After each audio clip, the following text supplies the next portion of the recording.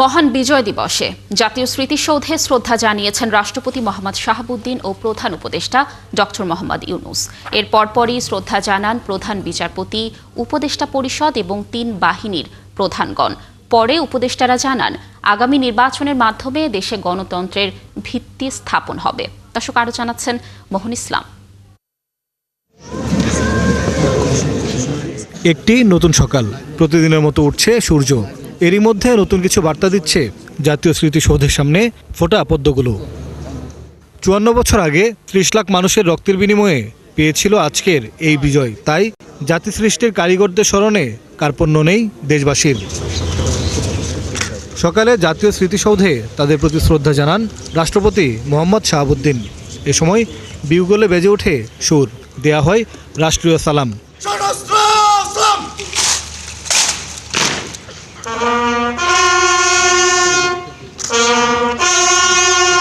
আনুষ্ঠানিকতা শেষ করে উপস্থিত সবার সঙ্গে সাক্ষাৎ করে চলে যান তিনি।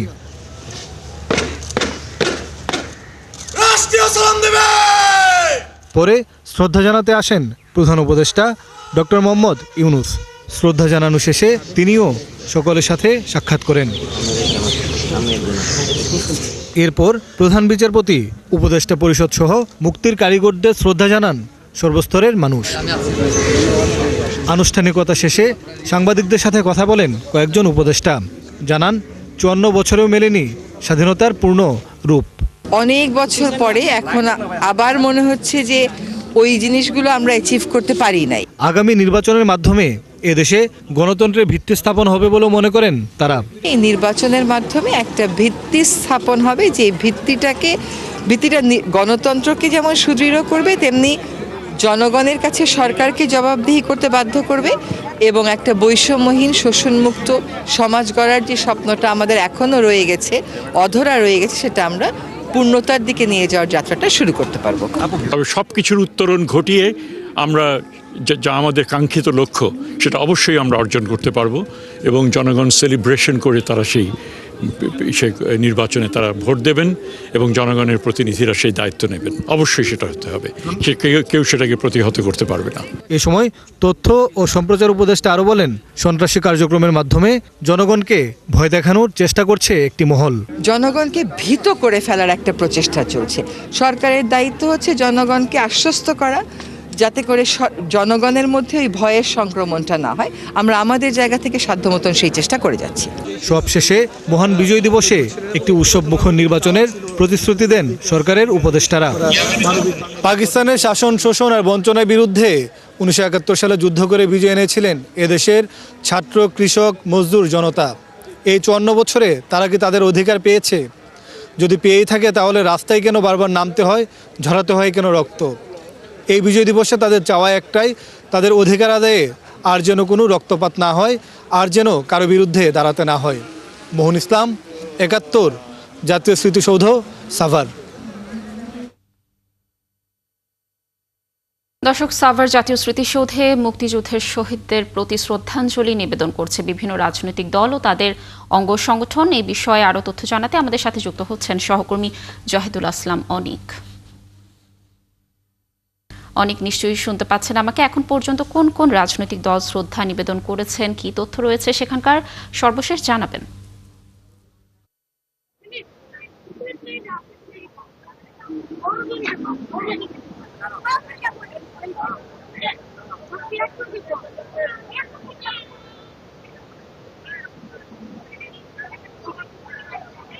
লাবণী, আজ কিন্তু মহান বিজয় দিবস। আর এই বিজয় দিবসে আমরা কিন্তু দেখেছি যে সকালবেলা মহামান্য রাষ্ট্রপতি তিনি ৬টার দিকে স্মৃতিসৌধে প্রবেশ করেন এবং তার কিছুক্ষণ পরে অন্তর্বর্তী সরকারের প্রধান উপদেষ্টা অধ্যাপক মোহাম্মদ ইউনূস তিনি প্রবেশ করেন এবং দিনের প্রথম প্রহরে জাতীয় স্মৃতিসৌধের যে শহীদের বেদি, সেই শহীদের বেদিতে কিন্তু তিনি পুষ্পস্তবক অর্পণ করেন এবং তারপরে কিন্তু আমরা দেখেছি যে উপদেষ্টা মণ্ডলী যারা রয়েছেন তারাও কিন্তু এখানে এসেছিলেন এবং তারাও কিন্তু ফুল দিয়ে এই শহীদ বেদিতে কিন্তু তারা শহীদদের প্রতি শ্রদ্ধা নিবেদন করেছেন। তারপর কিন্তু ঠিক সকাল ৭টার দিকে এই জাতীয় স্মৃতিসৌধের যে বেদিটি রয়েছে সেখানে কিন্তু আমরা দেখেছি যে জনতার কিন্তু ঢল নেমেছে। তারা এখানে এসেছেন, বেদিতে তারা ফুল দিচ্ছেন। আমরা কিন্তু দেখেছি যে ঢাকা 10 আসনের যিনি মনোনীত স্বতন্ত্র থেকে দাঁড়িয়েছেন আসিফ মাহমুদ, তিনিও কিন্তু এসেছিলেন কিছুক্ষণ আগে। তিনি কিন্তু এখানে শহীদ বেদিতে ফুল দিয়ে গিয়েছেন এবং আমরা যারা গণমাধ্যম কর্মী এখানে রয়েছেন তাদের সাথে কিন্তু তিনি কথাবার্তা বলেছিলেন। তারপর থেকে কিন্তু আমরা দেখেছি যে এই অত্র এলাকার যারা রয়েছে তারাও কিন্তু স্মৃতিসৌধে এসেছেন এবং তারাও এখানে ফুল দিয়ে শ্রদ্ধা নিবেদন করছেন। আর লাবণী, আপনাকে যদি আমি একটু নিরাপত্তার বিষয় যদি জানিয়ে রাখি, যে আমরা কিন্তু সকাল থেকে দেখেছি যে এখানে আইন শৃঙ্খলা বাহিনী তারা কিন্তু রয়েছিলেন সাদা পোশাকে। আমরা কিন্তু দেখেছি যে তারা প্রধান যে ফটক এবং দ্বিতীয় যে ফটকটি রয়েছে সেখানে কিন্তু তারা এক একজনকে সন্দেহ হলে কিন্তু তারা তাদের কিন্তু চেকিং করছে, তাদের কাছে কোনো ব্যাগ থাকলে সেগুলো কিন্তু তারা দেখছেন এবং দেখার পরে কিন্তু তারা তাদের ভেতরে প্রবেশ করতে দিয়েছে। সকাল থেকে এখন পর্যন্ত কিন্তু এখানকার পরিস্থিতি একদমই স্বাভাবিক। আমরা কিন্তু দেখেছি যে এখন পর্যন্ত কিন্তু এখানকার অত্র এলাকার যারা স্কুলের শিক্ষার্থীরা রয়েছেন এবং আশপাশে যারা মুক্তিযোদ্ধারা রয়েছে। ধন্যবাদ জাহিদুল আমাদের সাথে যুক্ত থাকার জন্য। দর্শক, সাভার জাতীয় স্মৃতিসৌধে বিজয়ের দিনে অনেকেই শ্রদ্ধা নিবেদন করছে, এ বিষয়ে সর্বশেষ তথ্য জানাচ্ছিলেন আমাদের সহকর্মী।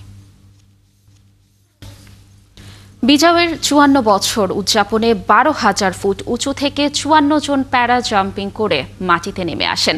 তাদের মধ্যে বিডার চেয়ারম্যান আশিক চৌধুরী ছাড়া বাকি সবাই সশস্ত্র বাহিনীর সদস্য।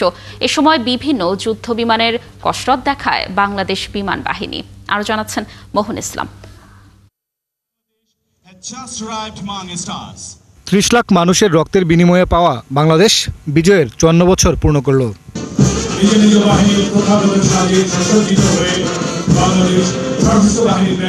এ উপলক্ষে সেনাসহ 3 বাহিনী জাতীয় প্যারেড গ্রাউন্ডে আয়োজন করে ফ্লাইফাস্ট ও প্যারাজাম্পিং।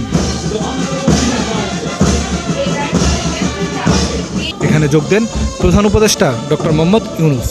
জাতীয় সঙ্গীত দিয়ে শুরু হয় অনুষ্ঠানটি।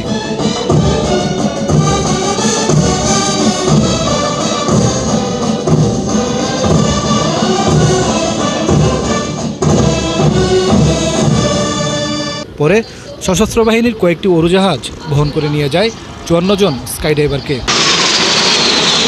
পরপরই আকাশে কসরত দেখায় বিমান বাহিনীর কয়েকটি যুদ্ধ বিমান। বিশেষ কায়দায় প্রধান উপদেষ্টাকে সেলুট জানায় একটি MiG-29।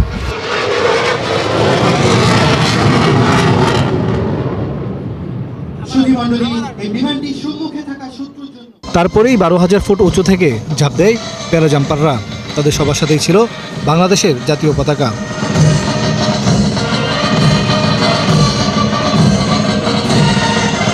এই প্যারাজাম্পিং গিনেস ওয়ার্ল্ড রেকর্ড বুকে উঠবে বলে জানানো হয়। মোহন ইসলাম, 71, ঢাকা। মহান বিজয় দিবসে রাজধানীর রাজারবাগ পুলিশ লাইন স্মৃতিসৌধে শহীদ পুলিশ সদস্যদের প্রতি শ্রদ্ধা জানিয়েছেন স্বরাষ্ট্র উপদেষ্টা জাহাঙ্গীর আলম চৌধুরী এবং ইন্সপেক্টর জেনারেল অব পুলিশের আইজিপি বাহারুল আলম। আজ মঙ্গলবার সকাল 8টায় তারা রাজারবাগ পুলিশ লাইন স্মৃতিসৌধে পুষ্পস্তবক অর্পণ করেন। রাজারবাগ পুলিশ লাইন স্মৃতিসৌধে প্রথমে পুষ্পস্তবক অর্পণ করেন স্বরাষ্ট্র উপদেষ্টা জাহাঙ্গীর আলম চৌধুরী। এ সময় প্রধান উপদেষ্টার বিশেষ সহকারী মোহাম্মদ খোদা বক্স চৌধুরী উপস্থিত ছিলেন।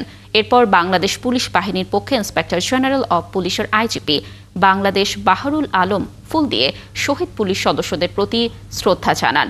পরে ডিএমপি কমিশনার শেখ মোহাম্মদ সাজ্জাদ আলী শ্রদ্ধা নিবেদন করেন। সবশেষে বাংলাদেশ পুলিশ সার্ভিস অ্যাসোসিয়েশন এবং বাংলাদেশ পুলিশ উইমেন নেটওয়ার্কের নেতৃবৃন্দ শ্রদ্ধা জ্ঞাপন করেন।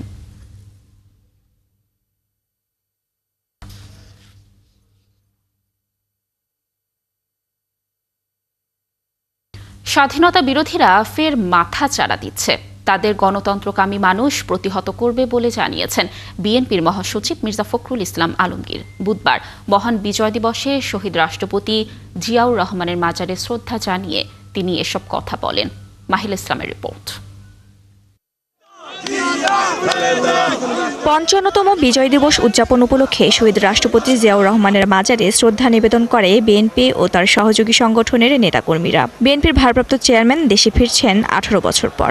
জাতীয় সংসদে নির্বাচনে তফসিল ঘোষিত হয়েছে। এমন প্রেক্ষাপটে বিএনপির নেতাকর্মীরা নতুন জাগরণ ও চ্যালেঞ্জের মধ্য দিয়ে দিবসটি পালন করছে। স্লোগানে উঠে আসে গণতন্ত্র লড়াইয়ের মুক্তিকামী মানুষের মনের কথা। নেতাকর্মীর পাশাপাশি চোখে পড়ার মতো ছিল নতুন প্রজন্মকে নিয়ে অভিভাবকদের পদচারণা। এখানে বাবার সাথে এসেছি রাষ্ট্রপতি জিয়াউর রহমানকে ফুল দিতে। আমার মেয়েদেরকে আমি দেখাতেছি আপনার জিয়াউর রহমানকে, আমরা আমাদের অল ফ্যামিলি ওকে ভালোবাসি। অনেক দিনের একটা স্মৃতি যে বাচ্চা যেন দেখে, ভবিষ্যৎ প্রজন্ম যারা তারা যেন শিখে, এটা সেই জন্য দেখাতে আসছি জিয়ার মাজারে। ফাতেহা পাঠের মধ্য দিয়ে দোয়া ও মোনাজাত করেন বিএনপির নেতৃবৃন্দ। এই সময় বিএনপির প্রতিষ্ঠাতা জিয়াউর রহমান সহ মুক্তিযুদ্ধে শহীদ দেশের সূর্য সন্তানদের জন্য দোয়া করেন তারা, জানান ফুলেল শুভেচ্ছা। পরে গণমাধ্যমকে বিএনপি মহাসচিব বলেন, দলটির ভারপ্রাপ্ত চেয়ারম্যান তারেক রহমান দেশে আসলে গণতন্ত্র প্রতিষ্ঠার লড়াই আরও বেগবান হবে। আগামী 25 ডিসেম্বর তিনি দেশে আসবেন, তার এই দেশে আসা যেন গণতন্ত্রের লড়াইকে সংগ্রামকে আরও বেগবান করে, সেই জন্যে আমরা কাজ করে যাচ্ছি। এ সময় দেশের স্বাধীনতা ও সার্বভৌমত্ব নিয়ে ৭১-এর পরাজিত শক্তি আবারও মাথাছাড়া দিচ্ছে বলে শঙ্কা প্রকাশ করেন মির্জা ফখরুল। বাংলাদেশের স্বাধীনতাকামী মানুষ, বাংলাদেশের গণতন্ত্র মানুষ তাদের সমস্ত ষড়যন্ত্রকে নস্যাৎ করে দিয়ে অবশ্যই বাংলাদেশের স্বাধীনতা সার্বভৌমত্বকে অটুট রাখবে, গণতন্ত্রের প্রতিষ্ঠা করবে ইনশাআল্লাহ। বিএনপি চেয়ারপারসন খালেদা জিয়ার সুস্থতায় দেশবাসীর কাছে দোয়া চেয়েছেন দলের মহাসচিব। ১৯৭১ সালে এক সাগর রক্তের বিনিময়ে অর্জিত হয় এই বাংলাদেশ। তবে স্বাধীনতার এত বছর পরও বাঙালি জাতি পায়নি গণতান্ত্রিক অধিকার। নতুন করে আবারও জাতীয় নির্বাচন। এবারে নির্বাচনের মাধ্যমে বিএনপি চায় জনগণকে ফিরিয়ে দেবে সত্যিকারের গণতান্ত্রিক অধিকার। তবে তা সফল করতে অপেক্ষা করতে হবে জাতীয় নির্বাচনের ফলাফল পর্যন্ত। মাহিলা ইসলাম, ৭১, ঢাকা। আগামী জাতীয় নির্বাচন নিয়ে কোনো ষড়যন্ত্র করে লাভ হবে না জানিয়ে জামায়াতে ইসলামীর আমির ডাক্তার শফিকুর রহমান বলেছেন, কালো টাকার বিনিময়ে মানুষ কেনার দিন শেষ হয়েছে। আর জামায়াতের সেক্রেটারি মিয়া গোলাম পরোয়ার বলছেন, জাতীয় নির্বাচনকে বানচাল করতে রাজনৈতিক দলের প্রতিনিধিদের হত্যা করছে ফ্যাসিবাদীরা। ষড়যন্ত্রকারীদের প্রতিহত করতে নির্বাচন কমিশন ও আইন শৃঙ্খলা বাহিনীর প্রতি আহ্বান জানিয়েছেন তিনি। দর্শক আরো জানাচ্ছেন মেহেদী হাসান। বিজয় দিবস উপলক্ষে রাজধানীর ঐতিহাসিক সোহরাওয়ার্দী উদ্যানে কেন্দ্রীয় যুব বিভাগের উদ্যোগে যুব ম্যারাথন আয়োজন করে জামায়াত ইসলামী। এই আয়োজনটি শাহবাগ, কাটাবন, সায়েন্স ল্যাব ও কলাবাগান হয়ে ঐতিহাসিক মানিক মিয়া এভিনিউতে গিয়ে মিলিত হয়। জামায়াতে আমির ডাক্তার শফিকুর রহমান এই র্যালিতে নেতৃত্ব দেন। জামায়াতে ইসলামীর আমির বলেন, সংসদ নির্বাচনকে বিতর্কিত করতে ফ্যাসিবাদীরা ষড়যন্ত্র করেই চলেছে। তাই এবারের জাতীয় নির্বাচন সুষ্ঠু ও অবাধ নিরপেক্ষ করতে নির্বাচন কমিশনকে আরও দায়িত্বশীল হওয়ার অনুরোধ জানান তিনি। আগামী বছরের ১২ই ফেব্রুয়ারির পর নতুন এক বাংলাদেশের জন্ম হবে বলে আশাবাদ জানান তিনি। জনগণ এখন তার নিজের বুঝটা বুঝতে শিখেছে, কাউকে আর ছাড় দেওয়া হবে না। কোনো কালো হাত সামনের দিকে এগিয়ে আসলে সেই কালো হাত জনগণ বশ করে দেবে। কালো টাকার বিনিময়ে মানুষকে কেনার দুঃসাহস দেখালে তাদের মুখে ছাই মেরে দেওয়া হবে। আগামীতে যে নির্বাচন ফেব্রুয়ারি মাসে অনুষ্ঠিত হবে 11 তারিখ, 12 তারিখ, সেই নির্বাচনের মধ্য দিয়ে বাংলাদেশের নতুন ইতিহাসের মূলক উন্মোচন হবে ইনশাআল্লাহ। জামায়াতে ইসলামীর সেক্রেটারি বলেন, জাতীয় নির্বাচনকে বানচাল করতে তফসিল ঘোষণার পরই ওসমান হাদির ওপর বর্বর হামলা চালিয়েছে ফ্যাসিবাদীরা। তাই এখন জাতীয় নির্বাচনেই সব দলের মনোনীত প্রার্থীদের সুরক্ষায় জাতীয় নির্বাচন কমিশন ও আইন শৃঙ্খলা বাহিনীর প্রতি আহ্বান জানান জামায়াতের এই শীর্ষ নেতা। বাংলাদেশে নির্বাচনের তফসিল ঘোষণা করা হয়েছে। গোটা জাতি যখন আধিপত্যবাদ বিরোধী, ফ্যাসিবাদ বিরোধী শক্তি ঐক্যবদ্ধ হয়ে নতুন বাংলাদেশের জন্য অভিযাত্রা শুরু করেছে, তারপরের দিন তাকে টার্গেট করে গুলি করা হয়েছে। তার অর্থ হলো নির্বাচনকে বানচাল করে এই দেশকে ভারতের করদ রাজ্যে পরিণত করার প্যাকেজ প্রোগ্রাম তারা শুরু করেছে। বাংলাদেশকে আর কখনোই ভারতের তাবেদারি রাষ্ট্রে পরিণত করার সুযোগ দেওয়া হবে না বলেও হুঁশিয়ারি দেন তিনি। দেশকে আধিপত্যবাদ মুক্ত রাখার মেহেদী হাসান, ৭১, ঢাকা। তাদের সকলকে অভিনন্দন। পতিত ফ্যাসিবাদী শক্তি বাংলাদেশকে অস্থিতিশীল করার চেষ্টা করছে, নির্বাচনকে বানচাল করার চেষ্টা করছে বলে মন্তব্য করেছেন এনসিপির আহ্বায়ক নাহিদ ইসলাম।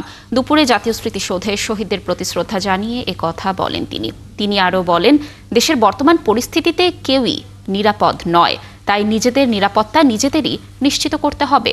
এ সময় ঐক্যবদ্ধ থেকে ৭১ ও ২৪-এর দালালদের বিরুদ্ধে ঐক্যবদ্ধভাবে লড়াইয়ের কথা বলেন নাহিদ ইসলাম। এনসিপির সদস্য সচিব আক্তার হোসেন বলেন, ৭১-এর স্বাধীনতা এলেও স্বাধীনতার সুফল পায়নি দেশ, আর এ কারণেই ২৪-এর গণ অভ্যুত্থান।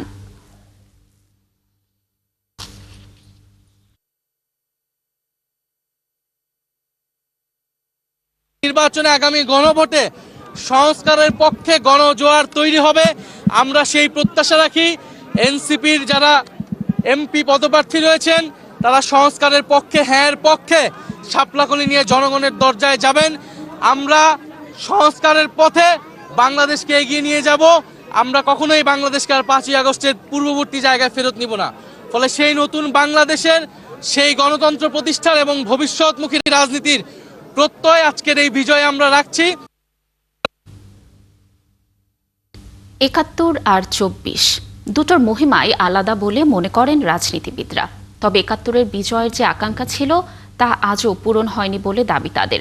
এজন্য আগামীতে সুষ্ঠু নির্বাচনের মধ্য দিয়ে দেশে গণতন্ত্র প্রতিষ্ঠা হবে বলেও আশাবাদ তাদের। আর গোলাম আজমদের জাতির শ্রেষ্ঠ সন্তান বললে মুক্তিযোদ্ধাদের অপমানিত করা হচ্ছে বলে অভিযোগ তাদের। মহান বিজয় দিবসে জাতীয় স্মৃতিসৌধে শ্রদ্ধা জানাতে এসে এমনটাই জানান তারা। বিস্তারিত ফরহাদ ইবনে মালিকের প্রতিবেদনে। উদয় হলো আরও একটি সূর্যের, যে সূর্য জানান দিল ৫৪ পেরিয়ে বাংলাদেশ পা রেখেছে বিজয়ের ৫৫ বছরে। এই উপলক্ষে সকালে জাতীয় স্মৃতিসৌধে শ্রদ্ধা জানাতে ভিড় করেন দল মত নির্বিশেষে নানা শ্রেণী পেশার মানুষ ও রাজনৈতিক দলের নেতাকর্মীরা। শ্রদ্ধা নিবেদন শেষে রাজনৈতিক নেতারা জানান, দেশে ৫৩ বছরেও পূরণ হয়নি বিজয়ের পরিপূর্ণ আকাঙ্ক্ষা। লক্ষ প্রাণের বিনিময়ে যে আমাদের মহান মুক্তিযুদ্ধ সংগঠিত হয়েছিল, অনুষ্ঠিত হয়েছিল, আত্মত্যাগ যেটা করেছিল তখন আমাদের বীর মুক্তিযোদ্ধারা জাতিসহ, সেই জায়গাটা অধরাই রয়ে গিয়েছে। ২৪-এর গণঅভ্যুত্থান উত্তর বাংলাদেশে যে উচ্ছ্বাস নিয়ে বিজয় দিবস পালন করতে চেয়েছিলাম, কিন্তু আমরা ক্ষোভের সাথে লক্ষ্য করছি স্বাধীনতা বিরোধী শক্তির আস্ফলনের মধ্যেই আমাদেরকে এই বিজয় উৎসব পালন করতে হচ্ছে। পৃথিবীতে প্রচুর এরকম মেমোরিয়াল আছে যেখানে ওই লড়াইয়ের প্রত্যেকটা শহীদের নাম লেখা থাকে। আমরা কেন ওই তালিকাটা করতে পারলাম না? আমাদের শহীদের নাম জানার অধিকার কি ওই এলাকার মানুষের নাই? দেশের স্বার্থে, দেশের মানুষের স্বার্থে আমরা মনে করি সেখান থেকে আমরা যোজন যোজন বিচ্যুতি ঘটে গেছে। কোনো একজন ব্যক্তিকে, কোনো একটি দলকে সে ঐক্যের আহ্বান দিতে হবে। আগামী নির্বাচনের মধ্য দিয়ে দেশে গণতন্ত্রের প্রতিষ্ঠা হবে বলেও আশাবাদ তাদের। মুক্তিযুদ্ধের ফলশ্রুতিতে আমরা এদেশে বাংলাদেশের কোটি কোটি মানুষকে নিয়ে গণতন্ত্র আগামী একটি সুষ্ঠু নিরপেক্ষ নির্বাচনের মাধ্যমে পুনঃপ্রতিষ্ঠিত করব। এ সময় ৭১ আর ২৪-এর মহিমা আলাদা উল্লেখ করে বিএনপির স্থায়ী কমিটির সদস্য মির্জা আব্বাস গোলাম আজমদের জাতির শ্রেষ্ঠ সন্তান বলে মুক্তিযোদ্ধাদের অপমান করা হচ্ছে কিনা এমন প্রশ্ন তোলেন। ৭১ এবং ২৪ যার যার অবস্থানে সমহিমায় তারা বিরাজিত, যার যার অবস্থানে। ৭১-এর সঙ্গে ২৪-এর কোনো তুলনা চলে না, হওয়ার কোনো সম্ভাবনা নেই। গোলাম আজম সহ ওর সাঙ্গ বঙ্গরা যদি জাতির শ্রেষ্ঠ সন্তান হয়, তাহলে বীর মুক্তিযোদ্ধাদেরকে অপমানিত করা হচ্ছে। তাহলে বীর মুক্তিযোদ্ধাদের অবস্থানটা কোথায়, এটা একটু কাছে আমি জানতে চাই। স্বাধীনতা বিরোধী দল ৪৭ থেকেই দেশের ভালো চায় না বলেও দাবি করেন তিনি। এই দলটি ১৯৪৭ সাল থেকে অদ্যাবধি ৪৭ সাল, ৭১ সাল এবং এখন পর্যন্ত দেশের শান্তি কখনো কামনা করে নাই। ফরহাদ ইবনে মালিক, ৭১, ঢাকা। একটি সমৃদ্ধ গণতান্ত্রিক বাংলাদেশের আকাঙ্ক্ষার কথা শোনা গেল বিজয় দিবসে জাতীয় স্মৃতিসৌধে সাধারণ মানুষের শ্রদ্ধায়। সকাল থেকে স্মৃতির মিনারে শ্রদ্ধা জানাতে আসা মানুষের ভিড়। রাজনৈতিক, সামাজিক, সাংস্কৃতিক ও শিক্ষা প্রতিষ্ঠান থেকে শ্রদ্ধা জানাতে আসা মানুষের একটাই উচ্চারণ, আত্মত্যাগের আকাঙ্ক্ষা বৃথা যাবে না। রিফাত আহমেদের ক্যামেরায় আরও জানাচ্ছেন পার্থ সঞ্জয়।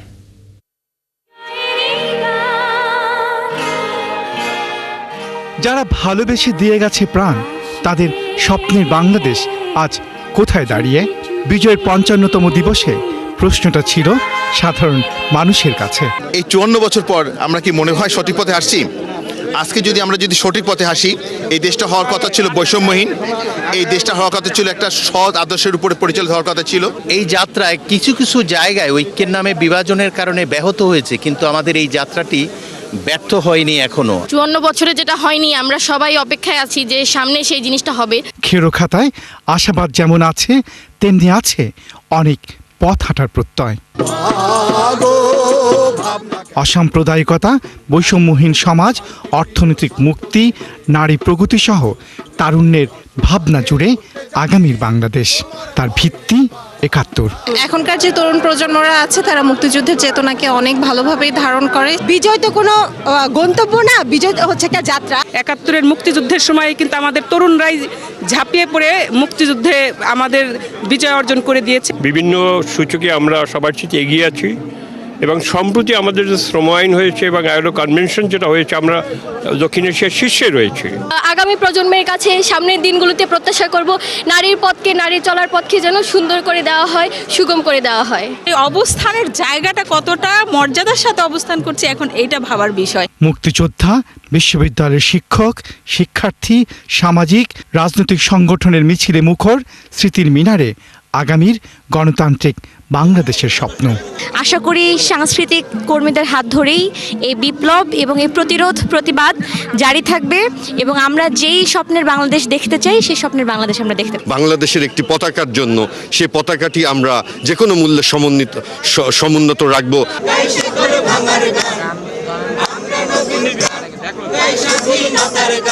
আত্মত্যাগের আকাঙ্ক্ষা কখনো বৃথা যাবে না। যারা শ্রদ্ধা জানাতে এসেছেন তাদের প্রত্যাশা ৫৪ বছরের নানা ঘাত প্রতিঘাত পেরিয়ে আবারও গণতন্ত্রের পথে হাঁটবে বাংলাদেশ, এগিয়ে যাবার সকল প্রপঞ্চকে সাথে নিয়ে। পার্থ সঞ্জয়, ৭১, জাতীয় স্মৃতিসৌধ, সাভার, ঢাকা। মুক্তির লড়াইয়ে বিজয়ের ৫৪ বছর পূর্ণ করল বাংলাদেশ। ১৯৭১-এর মুক্তিযুদ্ধে যে স্বপ্ন ও আকাঙ্ক্ষা নিয়ে ৩০ লাখ শহীদ আত্মদান করেছিল, তার কতটুকু অর্জন হলো? বিশ্লেষকরা বলছেন, দারিদ্র্য বিমোচন, অবকাঠামোর উন্নয়নের মতো বিষয়গুলোতে উন্নতি হলেও গণতান্ত্রিক পরিবেশ, সামাজিক সুবিচার প্রতিষ্ঠা ও বৈষম্য দূর করার ক্ষেত্রে কাঙ্ক্ষিত অগ্রগতি হয়নি। আর এজন্য তারা দায়ী করছেন রাজনৈতিক অপরিপক্কতা ও বিভেদকে। মিল্টন আনোয়ারের প্রতিবেদন। এই ভূখণ্ডে বিদেশি শাসন ও শোষণের শেষ পর্বে পাকিস্তানি হানাদানের বিরুদ্ধে বাঙালির মুক্তির যুদ্ধ। ৩০ লক্ষ শহীদের আত্মদান, লাখো নারীর সম্ভ্রম আর কোটি মানুষের বাস্তুহারা হবার বিনিময়ে ১৯৭১-এর ১৬ই ডিসেম্বর মুক্তিযুদ্ধে বিজয় অর্জন, প্রতিষ্ঠা পেল বাংলাদেশ। এরপর ৫৪ বছর কাটল রাজনীতির নানান চড়াই উতরাই আর গণতন্ত্রের জন্য বারবার রাস্তায় রক্ত ছড়িয়ে এক নতুন বাস্তবতা ও বন্দোবস্তের দ্বারপ্রান্তে বাংলাদেশ। গেল ৫৪ বছরের এই যাত্রায় কত দূর এগুলো বাংলাদেশ? বিশ্লেষকরা বলছেন, একসময় বাংলাদেশকে তলাবিহীন ঝুড়ি নামে ডাকার অপবাদ কেটেছে। অনাহারে মানুষ মরছে না, উন্নতি হয়েছে, অবকাঠামো সহ বেশ কিছু ক্ষেত্রে আছে প্রত্যাশা ভঙ্গের আক্ষেপও। আমরা তো ওই তলাবিহীন ঝুড়ি আর না, সেটা তো বাংলাদেশের মানুষ সক্ষম হয়েছে। আমরা খাদ্য দিকে, আমরা কৃষির দিকে অনেক অনেক এগিয়েছি, স্বয়ংসম্পূর্ণ হয়েছি। যে অগ্রগতিটা আমরা দেখতে পাচ্ছি সেটার কারণে ক্ষতি অনেক বেশি। যেমন কৃষি উৎপাদন বেড়েছে, কিন্তু আমাদের পুরো কৃষিতে এত বেশি বিষাক্ত, এখন মাটি বিষাক্ত, আমরা যে খাদ্য খাচ্ছি সেটা বিষাক্ত, পানি বিষাক্ত। তারপরে এই যে রেমিটেন্স আসছে, কিন্তু রেমিটেন্স যারা পাঠাচ্ছেন তাদের নিরাপত্তা নাই। কিন্তু এসব উন্নতি বাদ দিলে সামাজিক সুরক্ষা, গণতান্ত্রিক পরিবেশ তৈরি ও বৈষম্য দূর করার ক্ষেত্রে পরিস্থিতির উন্নতি হয়নি। অনেক ক্ষেত্রে অবনতির ছাপ স্পষ্ট, বলছেন তারা। বাংলাদেশে আমরা কোনো সরকারই পর্যন্ত পাইনি যে সরকার সামগ্রিক একটা পরিকল্পনা নিয়ে জনস্বার্থকে কেন্দ্রে রেখে তারপরে তার নীতি প্রণয়ন করছে। এইটা তো ভাবি নাই আমরা যে ৭১ সালে যে এরকম একটা একের পর এক সরকার আসবে যারা কেউ জাতীয় স্বার্থের কথা ভাবছে না। ব্যবধান ধনী আর গরিবের মধ্যে প্রচুর বেড়ে গেছে। স্বাধীনতার পরেও বারবার গণতন্ত্রের জন্য, সামাজিক সুবিচারের জন্য মানুষ রাস্তায় নেমেছে। সর্বশেষ জুলাই অভ্যুত্থানে প্রাণ দিয়েছে হাজারো ছাত্র জনতা। এই বিশ্লেষকরা বলছেন, রাজনৈতিক দলগুলোর অপরিপক্কতার কারণেই গণতান্ত্রিক প্রক্রিয়া বাধাগ্রস্ত হচ্ছে, বাড়ছে বিভেদ। বৈষম্যহীন বাংলাদেশ গড়ার জন্য তো সেই মতাদর্শিক রাজনৈতিক শক্তি সমাবেশ লাগবে। এই জায়গাটাতে আমাদের বড় ঘাটতি, এইটা এখন পর্যন্ত এই ঘাটতিটা আছে। রাজনৈতিক দলগুলোর কাছ থেকে জবাবদিহিতা চাওয়া আর রাজনৈতিক দল জনগণের কাছে যাওয়া, এই যে বিরাট একটা ব্যবধান, এটা কিন্তু আরো বেশি আমাদেরকে ক্ষতি করছে। গণতান্ত্রিক ও বৈষম্যহীন সমাজের যে স্বপ্ন নিয়ে ৭১-এ হানাদারির বিরুদ্ধে লড়াইয়ে প্রাণ দিয়েছে মানুষ, সেই স্বপ্ন বাস্তবে রূপ দিতে হলে বাংলাদেশ প্রশ্নে সবাইকে এক হতে হবে বলছেন তারা। মিল্টন আনোয়ার, ৭১, ঢাকা। দর্শক, বিজয় দিবস উপলক্ষে র্যালি করছে ছাত্রদল। রাজধানীর নয়াপল্টন থেকে দোয়েল চত্বর পর্যন্ত র্যালিতে অংশ নিয়েছে নেতাকর্মীরা। সেখানে রয়েছেন সহকর্মী শাহিদুজ্জামান সাকিব। আমরা যুক্ত হব তার সঙ্গে। সাকিব, র্যালিটি এখন কোন স্থানে রয়েছে? নেতাকর্মীরা কি বলছেন? বিজয় দিবসের র্যালি হচ্ছে যেহেতু, জানাবেন আমাদের।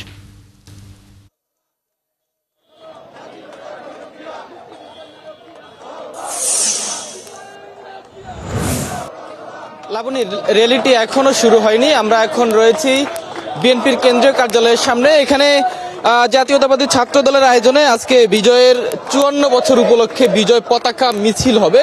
যে মিছিলটি এই নয়াপল্টন কেন্দ্রীয় কার্যালয়ের সামনে থেকে শুরু হয়ে পুরোনা পল্টন হয়ে দোয়েল চত্বর, শহীদ মিনার, টিএসসি হয়ে শাহবাগে গিয়ে শেষ হবার কথা রয়েছে। এবং এই মিছিলে ছাত্রদলের কেন্দ্রীয় নির্বাহী সংসদের নেতৃবৃন্দ তারা অংশ নেবেন, পাশাপাশি রাজধানীর বিভিন্ন ইউনিটের ছাত্রদলের নেতাকর্মীরা অংশ নেবেন। ইতিমধ্যেই কিন্তু পল্টন কেন্দ্রীয় কার্যালয়ের সামনে ছাত্রদলের বিভিন্ন ইউনিটের নেতাকর্মীরা তারা খণ্ড খণ্ড মিছিল নিয়ে এখানে এসে জড়ো হয়েছেন এবং তারা নানা স্লোগান দিচ্ছেন। বিজয়ের এই ৫৪ বছরে আসলে কি অর্জন হলো, কি প্রাপ্তি, আগামী দিনে কি প্রত্যাশা, সেই কথাগুলো তারা বলছেন। এবং এই মিছিলে মিছিলে স্লোগানে স্লোগানে কিন্তু মুক্তিযোদ্ধাদের অবদান, মুক্তিযুদ্ধে বাঙালিদের অবদান তারা কিন্তু তুলে ধরছেন এবং সেগুলোই বলবার চেষ্টা করছেন। পাশাপাশি জাতীয়তাবাদী ছাত্র দলের এবং জাতীয়তাবাদী দলের নেতৃবৃন্দের আসলে কি অবদান, সেগুলো কিন্তু তারা বলছেন। এই মিছিলটিতে রাজধানীর ঢাকা বিশ্ববিদ্যালয়, জগন্নাথ বিশ্ববিদ্যালয়, রাজধানীর বিভিন্ন কলেজ সহ ঢাকা মহানগর উত্তর, দক্ষিণ, পূর্ব এবং পশ্চিম ছাত্রদলের নেতৃবৃন্দ তারা কিন্তু অংশ নেবেন। ইতিমধ্যেই আমাদের সামনে ঢাকা মহানগর দক্ষিণ ছাত্রদলের নেতাকর্মীরা এখানে অংশ নিয়েছেন কেন্দ্রীয় কার্যালয়ের সামনে। তারা কিন্তু স্লোগানে স্লোগানে মুখরিত করে রেখেছেন। কিছুক্ষণ পরেই হয়তো ছাত্রদলের কেন্দ্রীয় নির্বাহী সংসদের নেতৃবৃন্দ এখানে এসে উপস্থিত হবেন এবং তাদের নেতৃত্বে ছাত্রদলের কেন্দ্রীয় সভাপতি রাকিবুল ইসলাম রাকিব এবং সাধারণ সম্পাদক নাসিরউদ্দিন নাসির, তাদের নেতৃত্বে কিন্তু এই বিজয় পতাকা মিছিলটি শুরু হবে এবং সেটি পর্যায়ক্রমে দোয়েল চত্বর, শহীদ মিনার হয়ে শাহবাগে গিয়ে শেষ হবে। মিছিলটি শুরু হলে আমরা পরবর্তী যে সংবাদ সংযোগ সেখানে যুক্ত হয়ে মিছিলের পরবর্তী খবরাখবর জানাতে পারবো। লাবণী। সাকিব, ধন্যবাদ আমাদের সাথে যুক্ত থাকার জন্য। আপনি থাকুন র্যালির সাথে, নিশ্চয়ই আমরা র্যালির আরও তথ্য পরবর্তী সংবাদ সংযোগগুলোতে আপনার মাধ্যমে দর্শকদেরকে জানানোর চেষ্টা করব। বিজয়ের ৫৫ বছরে শহীদদের আত্মত্যাগ ম্লান হয়নি এতটুকুও। প্রজন্মের পর প্রজন্ম ধারণ করে যাচ্ছে ৭১-এর সেই আত্মত্যাগ আর গৌরবগাথা বিজয়ের ইতিহাস। আগামীর বাংলাদেশ হবে দুর্নীতি আর অপরাধ মুক্ত, এমন প্রত্যয়ই ব্যক্ত করছে এই প্রজন্মের শিশু কিশোররা। ফারজান আক্তারের প্রতিবেদন।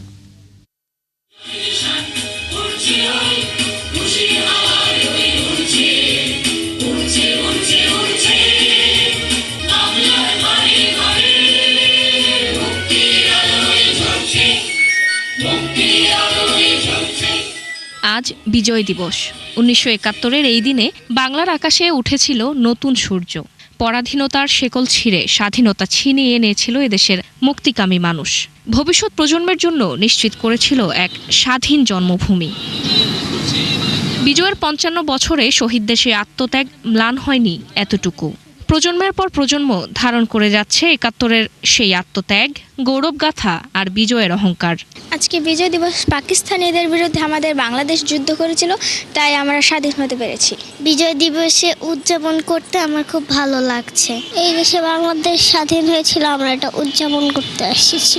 অভিভাবকরা বলছেন বিজয়ের এই মহিমা ধরে রাখতে হবে আগামী প্রজন্মকেই। এটা জানানোর দায়িত্ব কিন্তু আমাদের পরিবারের। যুদ্ধ দেখেনি কিন্তু যুদ্ধটাকে তারা উপলব্ধি করতে পারবে। আমরা চাইবো যে যাতে আমরা দেশকে জানুক এবং দেশকে বুঝুক এবং তারাই দেশকে এগিয়ে নিয়ে যাবে। বাংলাদেশকে কিভাবে দেখতে চায় বর্তমান প্রজন্ম, এর উত্তরে আসে বৈষম্যহীন অপরাধ মুক্ত বাংলাদেশ গড়ার প্রত্যয়। দুর্নীতি মুক্ত থাকুক এবং দেশটা ভালো থাকুক। আমরা দুর্নীতি মুক্ত বাংলাদেশ তো চাই, সাথে সাথে যেন স্টুডেন্টদের কোনো কষ্ট নয় সেদিকেও খেয়াল রাখতে হবে। ভবিষ্যতে আমি বাংলাদেশকে এমনভাবে দেখতে চাই যাতে প্রতিটা শহর গ্রাম সব জায়গায় যাতে উন্নত ব্যবস্থা থাকে। এক সাগর রক্তের বিনিময়ে অর্জিত যে স্বাধীনতা, তা রক্ষার প্রত্যয় এই প্রজন্মের।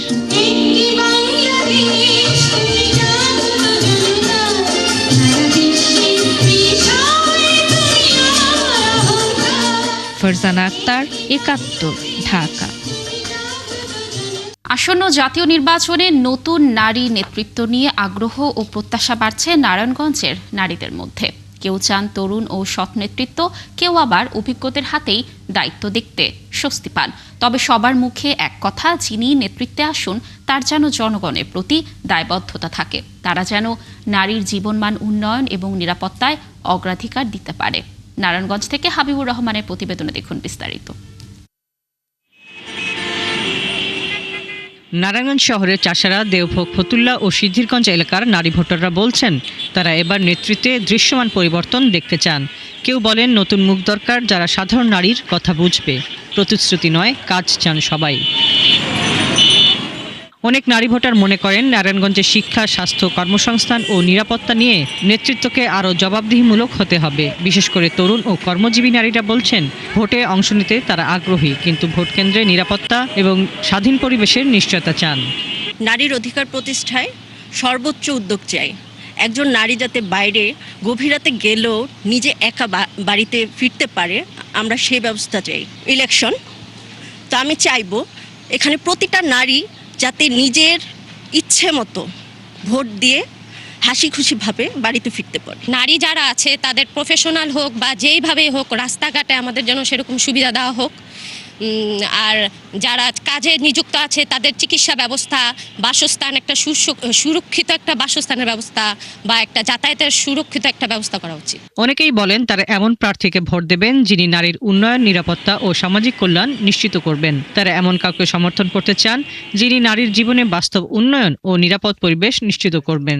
নারীরা যেহেতু আমরা বাইরে বের হতে হয়, আমাদের কর্মসংস্থান আছে, আমাদের নিরাপত্তা আমরা নিজেরা নিতে পারি না। আমাদের নিজের এলাকায় বের হলেও মনে হয় যে কখন কি হয়ে যায়। বিভিন্ন শিল্প কারখানা, হসপিটাল, বিভিন্ন জায়গায় নারীরা হ্যারাসমেন্টের শিকার হচ্ছে। তবে নারীদের একাংশের উদ্বেগও রয়েছে। তাদের মত, রাজনীতিতে নারীর অংশগ্রহণ এখনও সীমিত, তাই প্রার্থী নির্বাচনে নারীদের উপস্থিতি বাড়ানো দরকার। পুরুষরাই নিরাপদভাবে ভোট দিতে পারতো না, আর নারীরা তো দূরের কথা। শিল্পনগরী নারায়ণগঞ্জের 5টি আসনে মোট ভোটার 23,60,341 জন। এর মধ্যে নারী ভোটারের সংখ্যা 11,64,934 জন। আনুপাতিক হারে যা মোট ভোটারের প্রায় 50 ভাগ। হাসিবা আলী বর্ণা, একাত্তর। দর্শক, চলছে সংবাদ সংযোগ সরাসরি সংবাদ অনুষ্ঠান দেখতে চোখ রাখুন একাত্তরের ফেসবুক পেজে এবং সাবস্ক্রাইব করুন একাত্তরের ইউটিউব চ্যানেল। থাকুন একাত্তরের সাথে।